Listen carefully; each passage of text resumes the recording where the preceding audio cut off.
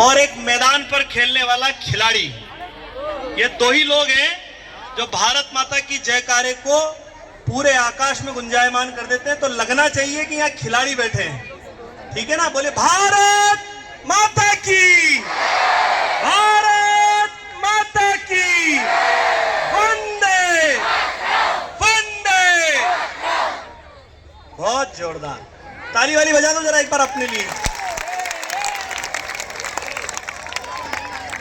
आज इस मंदसौर विधानसभा के सांसद खेल महोत्सव में हम सबको अपना मार्गदर्शन देने के लिए उपस्थित इस क्षेत्र के लोकप्रिय सांसद आदरणीय सुधीर गुप्ता जी,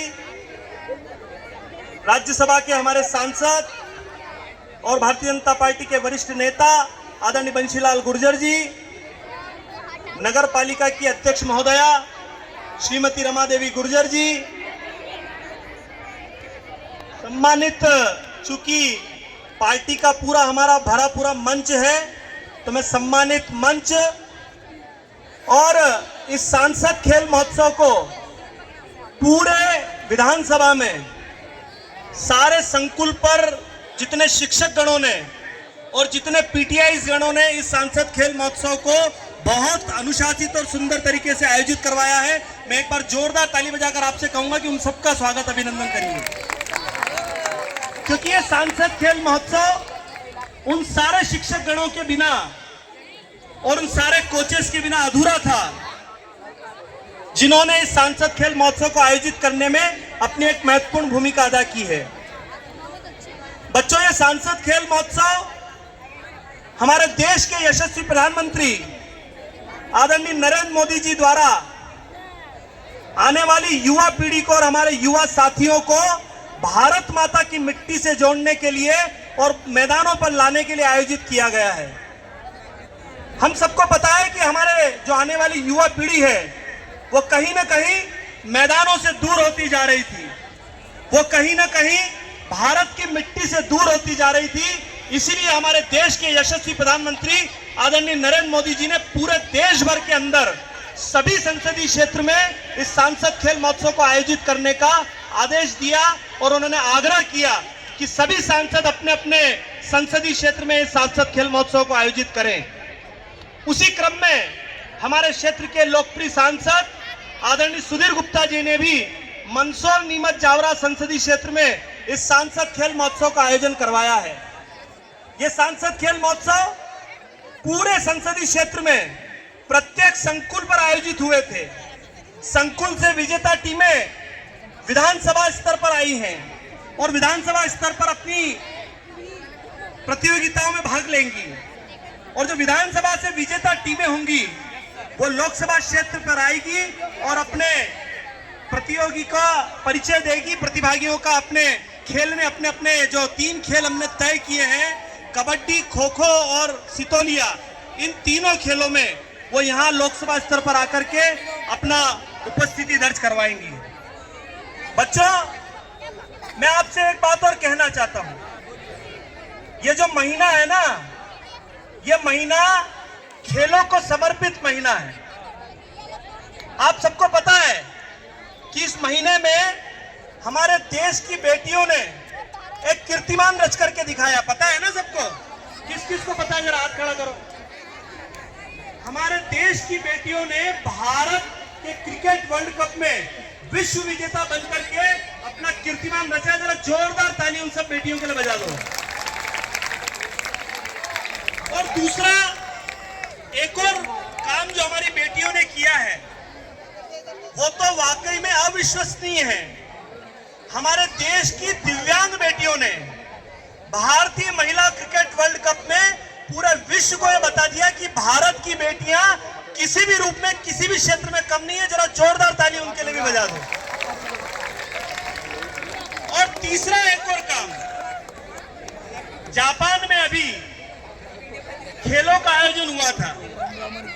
जापान में हमारे देश के बेटे और बेटियों ने, खिलाड़ियों ने सबसे ज्यादा मेडल जीत करके यह दिखा दिया कि भारत किसी भी क्षेत्र में किसी भी खेल में कम नहीं है। ये हमारे बच्चों ने करके दिखाया। जरा जोरदार ताली बजा दीजिए। लीजिए उनकी। इसी समर्पित महीने में सांसद खेल महोत्सव का आयोजन भी इस संसदीय क्षेत्र में आयोजित हो रहा है। इसके माध्यम से आप सारे बच्चों को खेल के मैदानों पर लाने का काम हमारे क्षेत्र के लोकप्रिय सांसद जी ने किया है। मैं आप सारे बच्चों से आग्रह करूंगा कि खूब खेलें, खूब पढ़ें, खूब आगे बढ़ें और अपने क्षेत्र का, अपने गांव का, अपने प्रदेश का, अपने देश का नाम रोशन करें। बहुत बहुत धन्यवाद। भारत माता की जय। धन्यवाद। इस कार्यक्रम को आगे बढ़ाते हुए मैं हमारे राज्यसभा के सांसद सम्मानित बंसीलाल जी गुर्जर से आग्रह करूंगा कि वह आए और इस सांसद खेल महोत्सव में सबको मार्गदर्शन प्रदान करें। सम्मानित बंसीलाल जी। बोले भारत माता की। जरा पीछे वाले बच्चे नहीं बोल रहे हैं। बोले भारत माता की। भारत माता की। खेल महोत्सव के अवसर पर आज मंदसौर विधानसभा के इस प्रतियोगिता में हमारे बीच में उपस्थित हमारे क्षेत्र के सांसद आदरणीय सुधीर जी गुप्ता साहब, मंच पर उपस्थित हमारे पूर्व जिलाध्यक्ष आदरणीय नानालाल जी अटोलिया साहब, नगर पालिका की अध्यक्ष रमा जी, अजय सिंह जी चौहान साहब, जिले के महामंत्री आदरणीय जुनवाल जी, हमारे मुकेश काला जी, शिवराज जी, हमारे महामंत्री बाबू भाई और राम कोटवानी जी, नम्रता जी, निर्मला जी, निहाल चंद जी, हमारे दोनों मंडल अध्यक्ष भाई अरविंद जी और विनोद जी, और अभी जिनका भाषण हमने सुना हमारे गौरव अग्रवाल जी, उपस्थित मंच पर सभी भारतीय जनता पार्टी के पदाधिकारीगण, इस कार्यक्रम में उपस्थित सभी देवियों और सज्जनों, वास्तव में एक सुनहरा अवसर है हमारे भविष्य के भारत के लिए कि माननीय प्रधानमंत्री नरेंद्र मोदी जी ने भविष्य का भारत सशक्त हो और हमारी नई पीढ़ी कोई से भी क्षेत्र में पीछे ना रहे और वो खेल में भी पीछे ना रहे। इसके लिए सभी सांसदों को कहा है कि वो अपने अपने क्षेत्र में खेल महोत्सव का आयोजन करें और सभी प्रतिभाओं को अवसर दे। उसी के अनुसार हमारा ये मंदसौर विधानसभा का भी खेल महोत्सव आयोजित किया गया है। माननीय प्रधानमंत्री जी के प्रधानमंत्री बनने के बाद हमारे देश के खिलाड़ियों को उतनी सुविधाएं नहीं मिलती थी जितनी उनको मिलना चाहिए, और प्रधानमंत्री जी ने आने के बाद खेल को भी महत्व दिया, प्रतिभाओं को भी महत्व दिया और सबको प्रोत्साहित करते हुए खेलों के लिए विशेष तौर पर उनका आग्रह है। और उसी के कारण आज भारत कहीं भी प्रतियोगिता करता है तो भारत बहुत अच्छा प्रदर्शन करता है और भारत के लिए हमारे खिलाड़ी मेडल भी जीत करके लाते हैं। आप सब में भी वही प्रतिभा है और आप सब में भी वही योग्यता है। आप सब मैदान पर खेलेंगे तो निश्चित तौर पर आप अपने क्षेत्र का तो नाम रोशन करेंगे ही, पर आप देश का भी नाम रोशन करेंगे। अभी स्केटिंग में हमारी एक बेटी गई थी और उन्होंने जीत हासिल की है और दुबई में वो खेली और भारत के लिए खेल करके और उन्होंने जीत हासिल की है। तो मैं चाहता हूं कि उसके नाम पर ज़रा ज़ोरदार आप ताली बजा करके उसका स्वागत करें। आप सभी को मेरी ढेर सारी शुभकामनाएं। आप खूब अच्छा प्रदर्शन करें और कोशिश करें कि आप सब जीतें, और जीतेगा वही जो दिल से खेलेगा और अपनी प्रतिभा का पूरा प्रदर्शन करेगा। तो आप सबको ढेर सारी शुभकामनाएं। आप अच्छा खेलें और अच्छा प्रदर्शन करते हुए सारे मेडल जीतें। मेरी बहुत बहुत शुभकामनाएं। भारत माता की जय।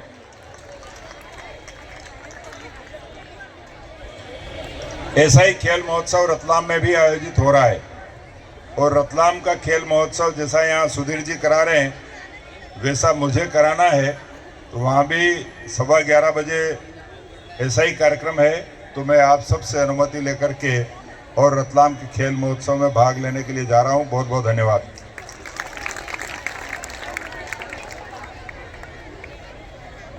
अब मैं आमंत्रित करता हूँ आज के इस सांसद खेल महोत्सव में उद्बोधन के लिए हमारे लोकप्रिय सांसद सुधीर जी गुप्ता जी वो आए और हम सबको संबोधित करें। सम्मानित सुधीर गुप्ता जी।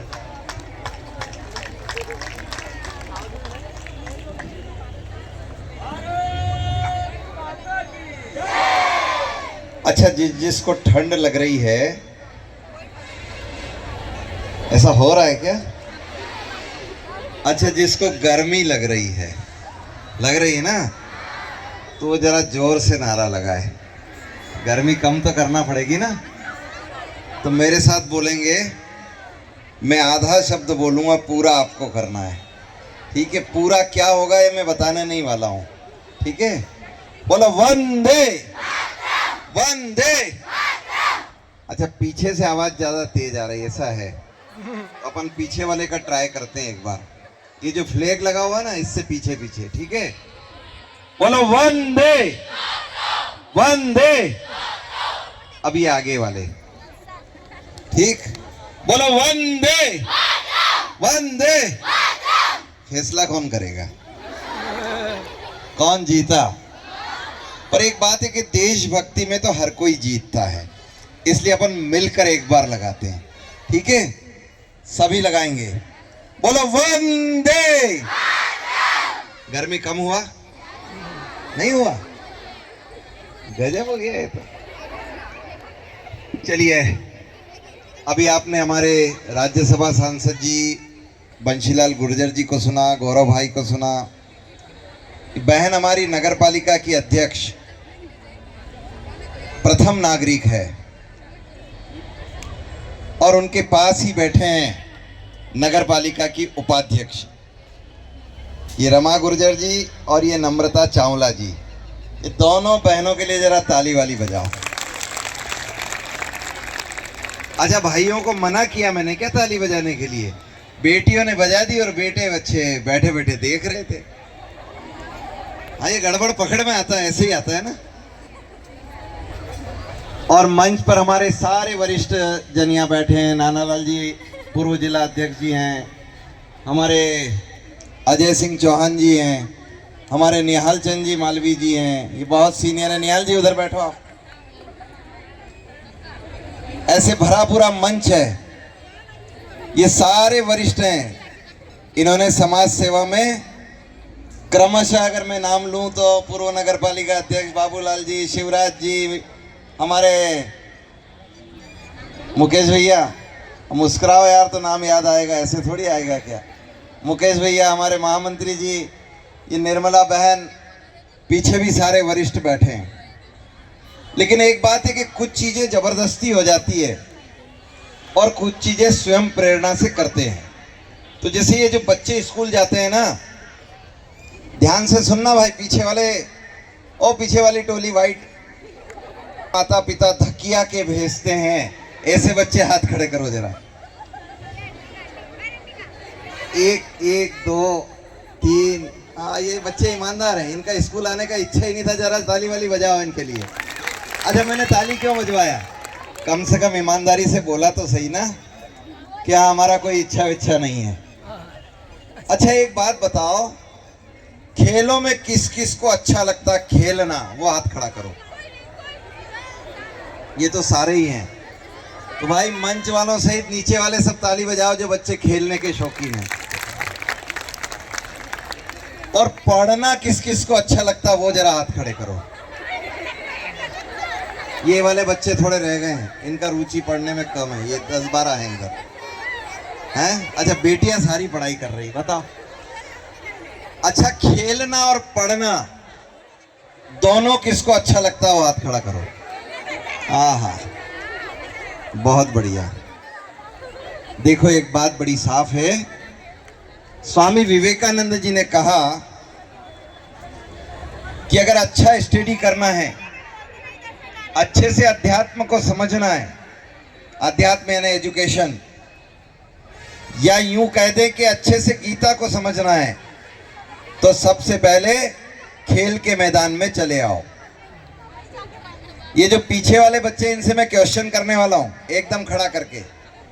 मैं जो कह रहा हूं वो मैं पूछने वाला हूं। क्विज हो सकता है, जैसे अभी करवा दिया तो 2-4 बच्चों का ध्यान नहीं था।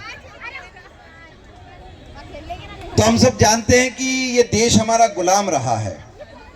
लंबे समय तक मुगलों ने गुलाम बनाया, फिर हमें अंग्रेजों ने गुलाम बनाया। लेकिन हिस्ट्री ये कहती है कि जिसका युवा मैदानों में है वो देश कभी गुलाम बन नहीं सकता है। और इसीलिए मोदी जी चाहते हैं कि बच्चे खूब पढ़ें, खूब आगे बढ़ें, मगर मैदानों में से निकल कर जाएं। कई बार ऐसे दौर आते हैं, आप जैसे खेल खेलते हो तो कबड्डी, खो खो, रस्सा खींच, क्या होता है सितोलिया, क्या बोलते हैं उसको, नया नाम रख दिया ना आपने, पिट्ठू। क्या नाम रख दिया? आहा, जोरदार है ये तो हम बचपन में भी खेला करते थे ये। और गेंद का खेल तो भगवान कृष्ण भी खेलते थे। तो ये जो खेल होते हैं इसमें होता क्या है, आप देखो कि खो खो सबसे शार्प खिलाड़ियों के लिए है, एकदम तेज तर्रार, शरीर भी जिसका साथ दे दे और बुद्धि भी जिसका साथ दे दे वो खो खो खेल सकता है। क्योंकि खो में क्या होता है, दौड़ना तो है ही है, यानी ताकत तो चाहिए, लेकिन निर्णय लेने की क्षमता चाहिए कि कब खो देना है। अगर आप चूक गए तो सामने वाला जो आपका टारगेट है वो सक्सेस हो गया और आप फेल हो गए। और इसीलिए निर्णय का कैपेसिटी जिसमें होता है वो खो खो अच्छे से खेलता है। मान लो आपने अपने साथी को खो दे दिया और वो पूछे क्या करना है, तो गए काम से, क्योंकि विद इन ए सेकंड फैसला लेना रहता है। और इसीलिए खो खो जैसा खेल बच्चों को शार्प निर्णय लेने का फैसला देता है। एक कबड्डी खेलते हैं ना, अच्छा पीछे वाले बताना, कबड्डी में पकड़ना क्या पड़ता है? आहा, ये इसी से पूछ रहा हूं, ये हाथ पकड़ के बैठा है ना। अच्छा, पीछे गर्दन करने से कोई फायदा नहीं, नाम तेरा ही ले रहा था बेटा मैं। चलो, तो कबड्डी में क्या पकड़ना पड़ता है? टांग जब पकड़ते हैं तो एक फैसले के साथ पकड़ते हैं कि पकड़ने के बाद वो पाले को छू नहीं पाएगा। लेकिन एक विश्वास क्या रहता है कि मैं पकड़ूंगा तो मैं अकेला नहीं हूं, मेरा टीम पूरा उस पर गिरेगी और उसको 1 इंच भी आगे नहीं जाने देगी। इसका मतलब क्या हुआ? कबड्डी हमें सामूहिकता का भाव, यानी मेरे फैसले के साथ मेरा टीम हमेशा रहेगा, ये निर्णय करवाती है। एक बार ऐसा ही हो गया, पाकिस्तान ने धोखे से टाइगर हिल पर कब्जा कर लिया। अब टाइगर हिल मैंने तो पूरा भारत लगभग देखा है, तो मैं भी टाइगर हिल के नीचे खड़ा होकर देखा तो वो तो 12-15 हजार फीट है। पर वो हिल अकेला नहीं है, वो बहुत सारा है, श्रृंखला है, क्रमबद्ध है और सब हाइट पर है। लेकिन वो पीछे से धोखे से आकर ऊपर चला गया। तब इसको झंडे को हटाना, तो चाहे तो हमारी हवाई सेना बम गिरा सकती है, लेकिन कितने पहाड़ पर वो कहाँ छुपे हुए पता नहीं है, उन्हें निकालना भी है। तब फैसला लिया एक टीम लीडर ने, और उसका नाम था कैप्टन, बताओ, कैप्टन विक्रम बत्रा। ये नाम किस किस ने सुना हुआ? हाथ खड़ा करो जरा। अच्छा, इस पर एक मूवी बनी है, वो मूवी किस किस ने देखी वो हाथ खड़ा करो। बहुत, ताली बजाओ जरा जिसने देखी है। तो कैप्टन विक्रम बत्रा ने अपना टीम बनाया। किसी ने हैंड ग्रेनेड हाथ में लिया, किसी ने राइफल लिया, किसी ने मशीन गन लिया, किसी ने दूरबीन लिया, किसी ने पीने का पानी लिया, किसी ने खाने का भोजन लिया, किसी ने वायरलेस सेट लिया ताकि कुछ गड़बड़ हो जाए तो नीचे बता दें। और ये सारे लोग एक टीम बनाकर, पढ़े लिखे थे सारे, लेकिन मैदानों में से आए थे, और सारे उस हिल पर चढ़ गए और उन्होंने सारे आतंकवादियों को, पाकिस्तानी सैनिकों को मार दिया और वहां पर भारत का तिरंगा फहरा दिया। ये खेलों में से निकलता है। अगर आप खेलोगे और पढ़ोगे तो एक कॉम्बिनेशन आएगा लाइफ में, निर्णय की अचूक क्षमता। अभी पाकिस्तान ने हमारे कुछ पेरेंट्स को मार दिया, बच्चे अनाथ हो गए, माता पिता गए थे घूमने और उन्होंने गोली मार दिया। क्या करना था देश को? तो युवाओं ने कहा बदला ले लो, फैसला हो गया। तो अब उसके लिए क्या चाहिए? पढ़ा लिखा और मैदानी आदमी। तो ऑपरेशन सिंदूर हुआ, और ऑपरेशन सिंदूर में टारगेट हमने डिजाइन किया 100 किलोमीटर अंदर पाकिस्तान की सीमा में, और जाके मार के समाप्त करके आना है लौट के। उस सब में कुल जमा लगा time 30 minute. Targeted killing, world दुनिया के इतिहास की सबसे खतरनाक किलिंग करके हमारे लोग जिंदा वापस आ गए। आज हमारे पास बहुत सारे टारगेट हैं। भारत 2013-14 में 29.7% जनसंख्या यहाँ की बिलो पॉवर्टी लाइन थी, गरीबी रेखा के नीचे। आज वो टारगेट किल करना था, हमारे गरीब लोगों को जीने का अधिकार देना था। आज पढ़ाई की सुविधा नहीं थी, अस्पतालों में डॉक्टर नहीं थे, लोगों के जेब में पैसा नहीं था, और इसलिए टारगेट था कि हम अपने लोगों को ऊपर उठा लेंगे। आज वर्ल्ड बैंक कहता है कि जो बिलो पॉवर्टी लाइन 29.7% लोग भारत में गरीब थे, अब वो 5.6% बचे हैं। ये टारगेट अभी बाकी है। आज ये देश दुनिया का चौथे नंबर का अमीर देश बना है। इकोनॉमिकली हमारी अपनी पोजीशन इन 10-12 सालों में स्ट्रांग हुई है, क्योंकि भारत का बच्चा कमिटेड है। वह चंद्रमा पे अपना सैटेलाइट उतारता है, वो दुनिया के युद्धों का माहिर है, वो दुनिया से धन कमा के लाने के लिए सिद्धहस्त हो गया है। और इसीलिए आज तुम बच्चों के लिए भारत के रिजर्व बैंक में 2013-14 में रखने को कहने को कोई सोना नहीं था तो भी गिरवे रखा था। आज नरेंद्र मोदी जी के नेतृत्व में इन बच्चों के लिए, अगली पीढ़ी के लिए 8,80,000 किलो गोल्ड तुम बच्चों के लिए रिजर्व करके छोड़ा है। और इसीलिए अमेरिका, चीन, टर्की परेशान है। हमने दुनिया की ताकत खड़ी की है। हम अपने गरीब भाइयों को ऊपर लाने के लिए कोशिश कर रहे हैं। हमारे बच्चे अच्छे वैज्ञानिक बने, हमारे बच्चे अच्छे इंजीनियर बने, हमारे बच्चे अच्छे सैनिक बने, हमारे बच्चे अच्छे उद्योगपति बने, हमारे बच्चे अच्छे किसान बने, हमारे बच्चे अच्छे व्यापारी बने, हमारे बच्चे अच्छे प्रशासनिक क्षमता से सिद्ध होकर कलेक्टर, एसपी बने, तहसीलदार, प्रशासनिक अधिकारी का जुम्मा लें। ये कौन करेगा? ये टारगेट है। और अगर ये टारगेट अचीव नहीं किया तो कल को कोई अंग्रेज आएगा और तुम्हें फिर गुलाम बनाएगा। और अभी बच्चों में गुलाम बनने की इच्छा नहीं है, उन्होंने दम लगा दिया है। और इसीलिए हम देखते हैं कि एक बेटी है नीमच की आंचल, मंदसौर में उसका रिश्ता है। 2013-14 में जब केदारनाथ में तबाही आई थी, तब उसने देखा कि लोग मारे जा रहे हैं, कोई बचाने वाला नहीं है, लैंडस्लाइड हुआ है। इस बीच हवाई जहाज उतरे और उन लोगों को जिंदा बचा लिया। तो उस बेटी ने संकल्प लिया कि मैं भी हवाई सेना में जाऊंगी। और वो आंचल आज स्क्वाड्रन लीडर है, राफेल जैसे हवाई जहाज उड़ाती है, मौका आने पर पाकिस्तान पर बम गिराकर आ सकती है। और इसीलिए ये भारत मजबूत है। आज हमारे नेता, हम दिवाली घरों में मनाते हैं माता पिता के साथ, मगर नरेंद्र मोदी जी दिवाली बर्फ पर मनाते हैं। कई लोग तुम्हें कहते हैं अरे धूप में नहीं बैठना, और डॉक्टर हमें कहते हैं कि विटामिन डी कम हो गया इसलिए धूप में बैठो। ये उल्टा गणित बताया जाता है। कई लोग कहते हैं बर्फ पर नहीं जाना, लेकिन हमारा सैनिक बर्फ पर खड़ा है। कई लोग कहते हैं रेगिस्तान की धूल में नहीं जाना, लेकिन हमारी सेना रेगिस्तान में खड़ी है। तो ये बच्चों के अंदर ये स्ट्रांग पावर होता है, वो हर हालात में अपने शरीर को बना सकते हैं। और इसीलिए जब समय होता है शरीर बनाने का, तब हमें संघर्षों में से निकलना है। ये प्रेरणा नरेंद्र मोदी जी देते हैं। और इसीलिए वो दिवाली बर्फ पर मनाते हैं, सैनिकों के साथ रेगिस्तान में मनाते हैं, पहाड़ों पर मनाते हैं। और इस बार उन्होंने दिवाली समुद्र के अंदर जहाज पर मनाई है।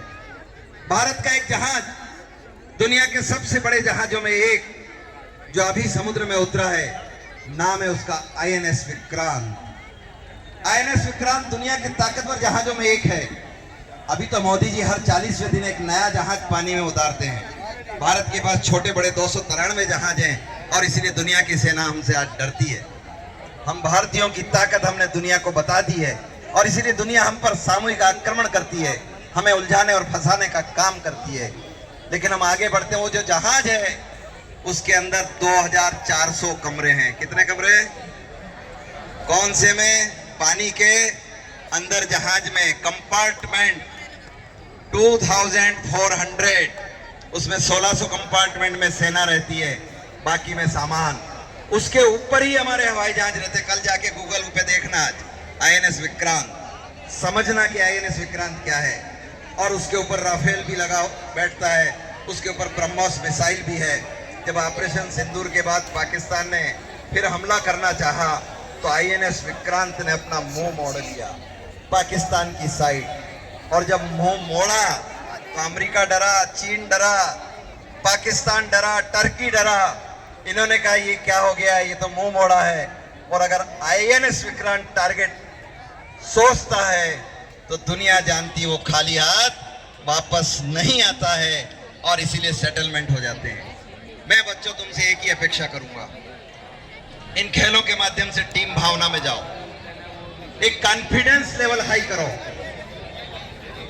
अपना। जब कॉन्फिडेंस लेवल हाई होगा तो तुम अच्छे वैज्ञानिक बनोगे, अच्छे खिलाड़ी बनोगे, अच्छे अधिकारी बनोगे।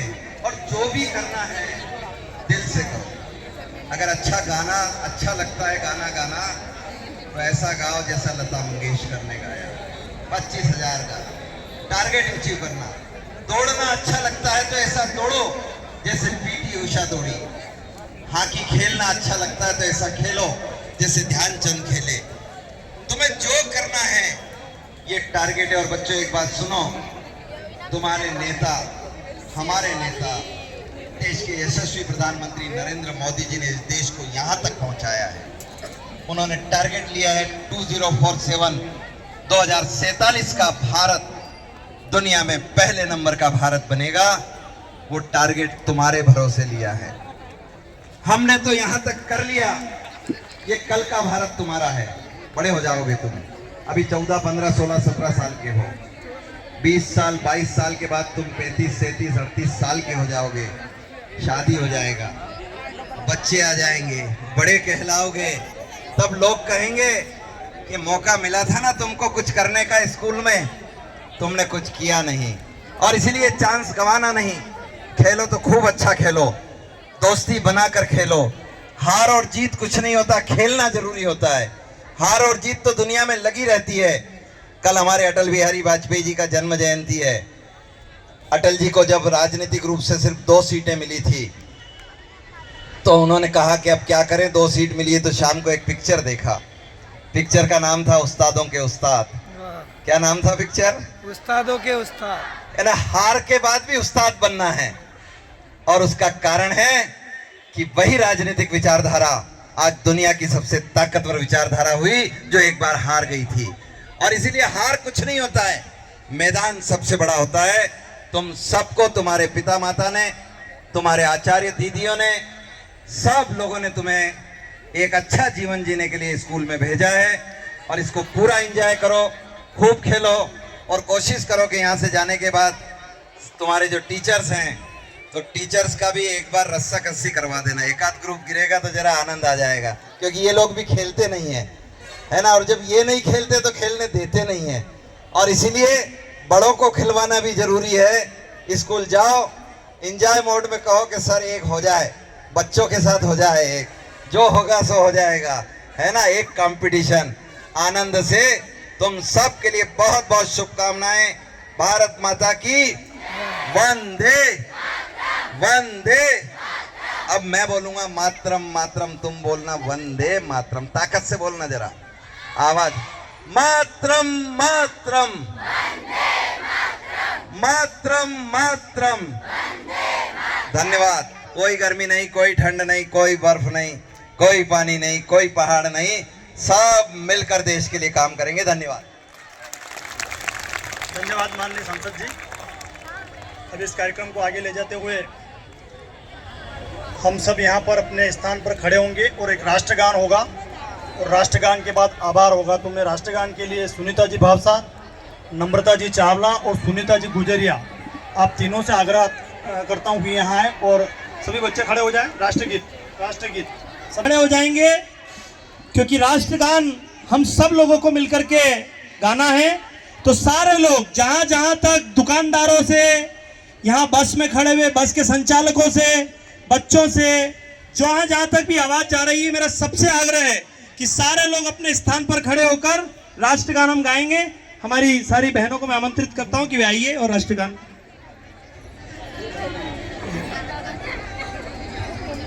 सावधान। जनगण मन अधिनायक जय हे भारत भाग्य विधाता। पंजाब सिंध गुजरात मराठा द्राविड उत्कल गंगा विंध्य हिमाचल यमुना गंगा उच्चल जलधि तरंगा। तव शुभ नामे जागे तव शुभ आशीष मांगे गाए तव जय गाथा। जनगण मंगल